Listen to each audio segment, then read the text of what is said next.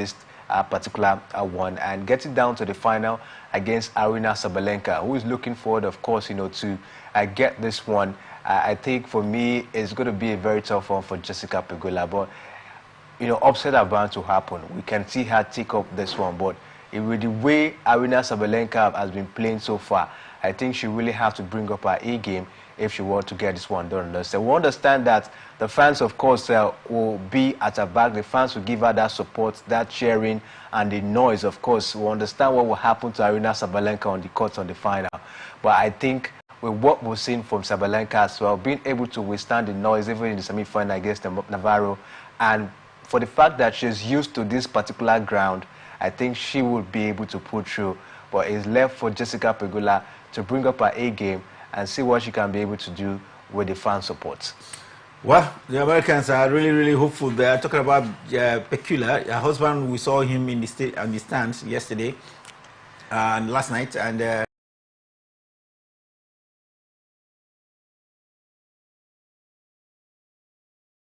but she's been in excellent form. She's won 15 out of 16 of her last matches. That's the kind of form you take. She took it down to world number one, Iga Swiatek. She will now. You think it will be easy for her to take world number 2 and conquer of world number 1 and world number 2? I think if she does that, it will be an incredible one, for her, and also an incredible season. Ending the season in a very, very remarkable way, taking world number 1 down and world number 2. And I think she knows what is at stake, for her at this point in time. With the fact that, of course, she has the support of the fans, I think that will be a morale booster for Jessica Pegula in this particular one. So for me, I think she has what it takes. If you take a look at her form of recent and how she's been able to put up her game, you want to give it up to her that she has what it takes to challenge world number 2, Aryna Sabalenka, in this particular one. So I think we'll just have to keep our fingers crossed and see what comes up this weekend. Jessica Pegula, this is her time, this is her moment. I think she have to make sure she uses both hands to grab this opportunity, because we don't know when it will come again. Well, something interesting happening here. We see an American, in the final of the female, that's a version of the U.S. Open for this year, and we will have to see another American as well in the male version. But tonight, we want to see who gets it. Will it be Jack Draper, or it will be Jannik Sinner? It promises to be very thrilling. We've seen Jack Draper play excellent so far. He's not dropped a set. But for coming up against world number 1, Jannik Sinner from the Italy, do you think this will be the last bus stop for for the man from Britain, the British champion? It might be because take a look at it, but I think there's something behind Jack Draper. There's something giving him this inspiration. If you take a look at it, since 2012, it is the first time that a British player is getting to the final of a Grand Slam. So I think the man might just be inspired with that. The last time we saw a British player in the final of a Grand Slam was Andy Murray. I think that was in 2012. But since then, we've never seen any British player. So I think the man might just be inspired with that record and see what to do against world number 1, Jannik Sinner. But for Jannik Sinner on his part, he's trying to silence his critics, looking at the fact that, everyone was actually saying that tennis organizers gave him an executive treatment when he was actually being probed of taking a prohibited substance. So I think he's trying to silence his critics with this level of performance we're seeing now at the US Open. I think the man will not want to relent. Looking at how the year has been for him, he will want to make sure he take up this one. So against Jack Draper on paper, definitely you want to give it to Jannik Sinner, but of course upset are bound to happen. Can Jack Draper, of course, put up that British strength once again in this one? We'll just have to see how this one go. But for me, I think it might probably be an easy pass for Jannik Sinner. Jannik Sinner, world number 1, looking at getting to the final of the US Open for 2024. And we talked about Americans being in the final of both the male and female of the 2024 edition of the US Open. Tomorrow we will see one of them get to the final. Will it be Francis Tiafoe, or it will be Taylor Fritz? We've seen excellent game from these two Americans so far. Which of them do you think will get to the final against either Jannik Sinner or his opponent? Difficult to call between both players, but I think I want to really give it up to Taylor Fritz. I think he's also been very fantastic. Same as Francis Tefio. It's been a very long time. Of course, we actually saw both players at this stage of the competition, and I think for me they have what it takes, of course, to be able to pull through. Both players are Americans, and they will just the fans, of course, will be supporting both. The fans will be giving them the support. So I don't know who the fans will be supporting, but whichever way it comes, I think both players have what it takes.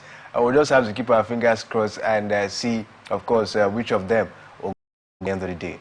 Well, for the Americans, they will be happy because at least there will be an American in the final of the U.S. Open for a long time now. We've never seen that happen, and I think it will be cheering to see if an American can even lift it this year. On our program, Sports Extraordinary Weekend Edition, this will definitely be a major feature of who gets it at the end of the day, especially in the male category, where action will be between at least an American in the male and female edition. Let's take a break. When we return from a break, we'll get to football. It is qualifiers for the Nations Cup across Africa, and there's been a big disaster. Yes, Black Stars of Ghana have lost at home, and of course the fans didn't take it kindly at all. When we return from a break, we'll see as well on how the Super Eagles are getting ready for their action against Benin Republic. Victor Sime is in Uyo for this encounter. When we return from a break, there will be details and many more. Stay with us. Today, only on ATN. From the line across the ocean to the land beyond the Mount Sahara, we bring on sport news, live analysis, expert discussions on trending stories in politics, business, socio-economy, sports, and documentaries. So catch all the updates on the happenings around the globe. Stay focused on the fact today, only on ATN. From the line across the ocean to the land beyond the mountains, through the Sahara, we bring on sport news, live analysis, expert discussions on trending stories in politics, business, socio-economy, sports, and documentaries. So catch all the updates on the happenings around the globe.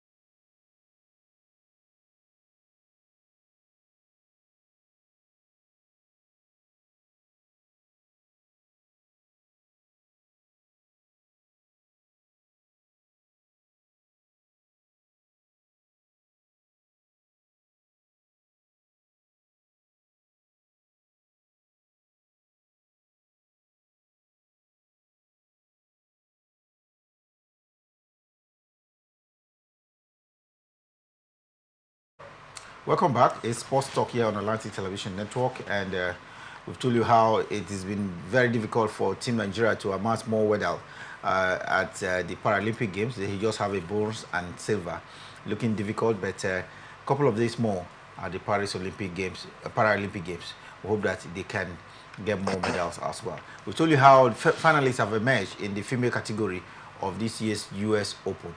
It will be Arina Sabalenka, world number 2, against world number 6 Jessica Peculiar, home girl. She will play in New York before our very own fans, and we'll see how that one pans out. But Sabalenka is getting to the final for the second time consecutively. We just hope maybe she can just cross the this time around and do win it. Last time it was an American too who took her out in the final. Will it be second time unlucky? We'll keep our fingers crossed. It will be coming up in the next 24 hours as well. And we told you how it will be D-Day tonight against the finalists for the male in the semi-finals. Who gets it? But whatever happens, there will be an American in the male and female edition of this year's US Open. Now, let's get back to more stories for you on the program. And we'll start in Formula One, where Ferrari has been named Ferrari Chassis Technical Director. This is coming good. Ferrari looking very prepared for next season, Kingsley. Yeah, they're looking very much prepared for next season. If we take a look at it, the season has not been that very much, rosy for them. It's all about, it's been all about the Red Bull, and somehow, of course, you bring McLaren into the mix, and Mercedes not really also living, up to expectation. But for Ferrari, they've just they've just gotten a little bit of struggle, and that's why they're trying to see how they can improve they improve in terms of the engineers, to make sure that they get the best come next season. Talking about the man they are bringing on as their chassis technical director. He's one man that has also worked for the Mercedes team. I think that was around 2006. He was also with the BMW before they were actually for the race. So I think he has that level of experience to be able to improve Ferrari come next season. We're from Formula One now. Let's go to football. Talking about football reminds me that the Super Eagles of Nigeria for their counterparts from Republic of Benin. You remember the man in a row is already in Nigeria for a crucial encounter. But for the Super Eagles, all the players are now in camp following the arrival of Victor Osimhen. Kingsley? Yeah, Osimhen arrived in camp yesterday evening, and he arrived very early. He was able to join the evening training section yesterday with the rest of the players, and of course, everyone was very happy with him coming down to the country after all that has happened him in the just concluded summer transfer window. He was able to see the deal, of course, at Galatasaray, and was able to come down to the country to join, of course, his teammates. I think for me, it's a good one.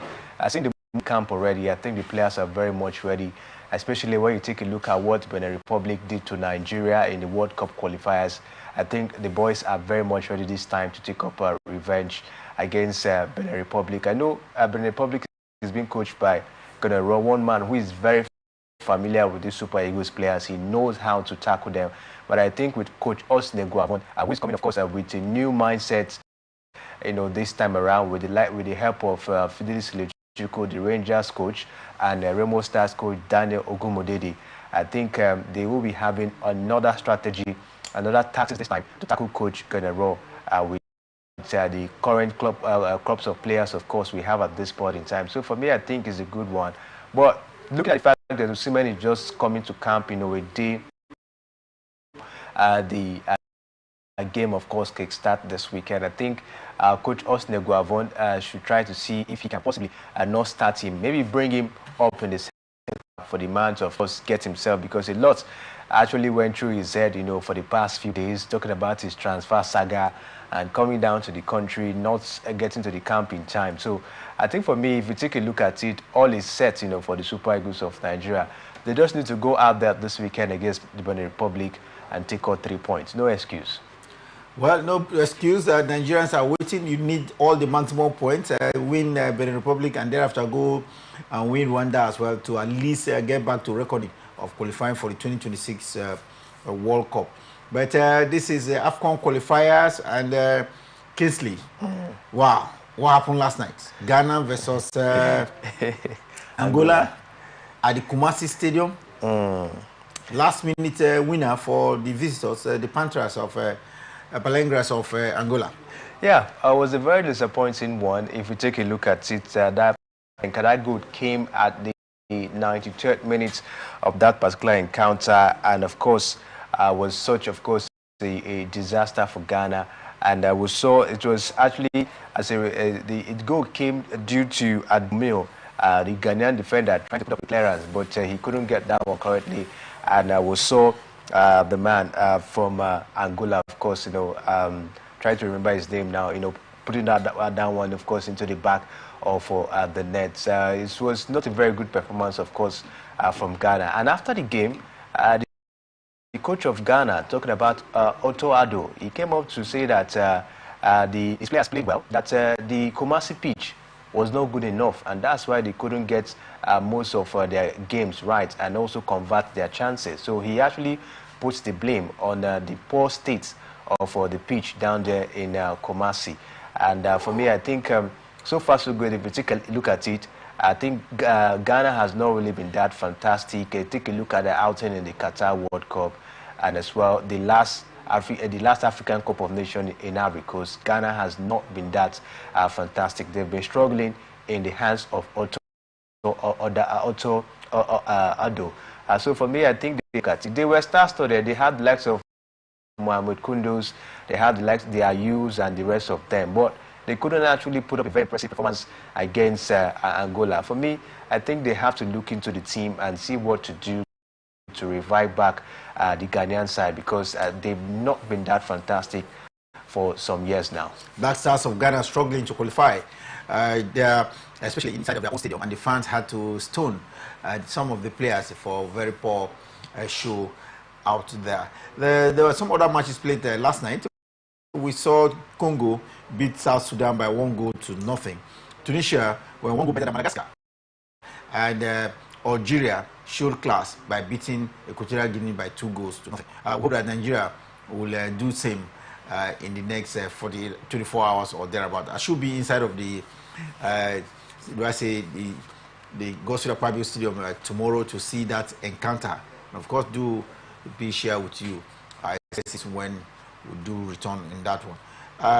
Kingsley, it's looking a bit, troublesome. A lot of people think that, yes, for the Super Eagles of Nigeria, maybe because of what transpired, no coach leading up to this game, coaches horribly assembled just about a week to the tournament, and the knowledge of Genero, so it will be a difficult one for Nigeria. Yes, more like it, because if you take a look at it, just 1 week, and that's why we're able to get the manager in the person of Osne Guavon after Bruno Labbadia declined the offer from the Nigerian Football Federation due to the fact that the NFF, of course, didn't yield to his demand of paying his tax in Germany, and the man said he's not going to take the offer, and he declined that particular one. And just in the space of time, they were able to bring Oscar Guavon, who has always been the savior whenever things get tough, for the NFF. He was there with them in the AFCON 2021 in Cameroon, and had a little bit of impressive group stage performance, but was not able to get into the quarterfinal of that particular competition. And the one that brought the cameras back was when he couldn't qualify the Super Eagles for the World Cup qualifiers. A lot of Nigerians were not happy, with him. That was the Qatar World Cup. Couldn't qualify Nigeria to the Qatar World Cup. We saw what happened at the Moshood Abiola Stadium, where some fans, invaded the stadium. It was scattered everything.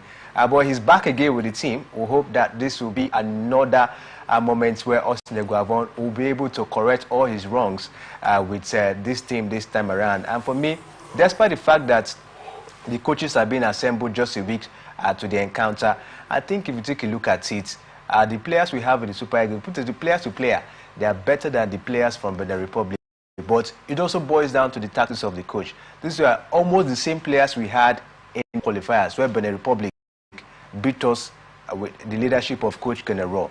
So for me, I think Osne Guavon should try as much as you can to see how to implement or put up a different tactics this time that will benefit these players and for them to be able to get past the Benin Republic side. Because if you take a look at it, Benin Republic are gradually improving when it has to do with football. Since General took over, we're seeing that steady improvement in them. So the Super Eagles, despite the fact that star-studded, they should be able to be careful and watchful and see how they can be able to put up a very impressive strategy to get past Benin Republic. For the assemblage of the coach in the space of 1 week, I don't think that will be an issue. I would just hope that, you know, the players will give their best, and Coach Osne Guavon, Felix Lechiko, and then Ogumodede will also do their best on the touchline.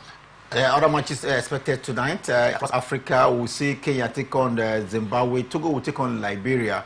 And Senegal will be up against them. Meanwhile, Congo will take on Guinea in one of the fixtures expected tonight, while South Africa will take on Uganda. Morocco is up against Gabon, and that promises to be a thriller, while it will be a very interesting one against where we see the Pharaohs of Egypt up against Cape Verde. It is international break. Top players are from Africa will be taking part in all of this one, Kisley.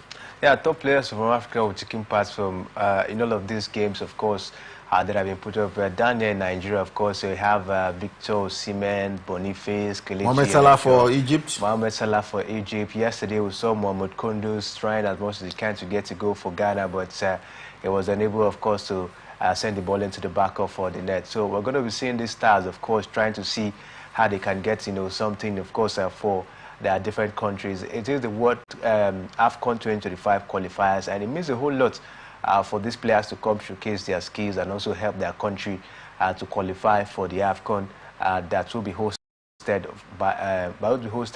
by Morocco. So let's just see what this qualifiers will bring. We've seen some interesting actions already. We hope going forward we'll continue to see more of these actions. Well, tonight too, we know that Zambia will be in action as well.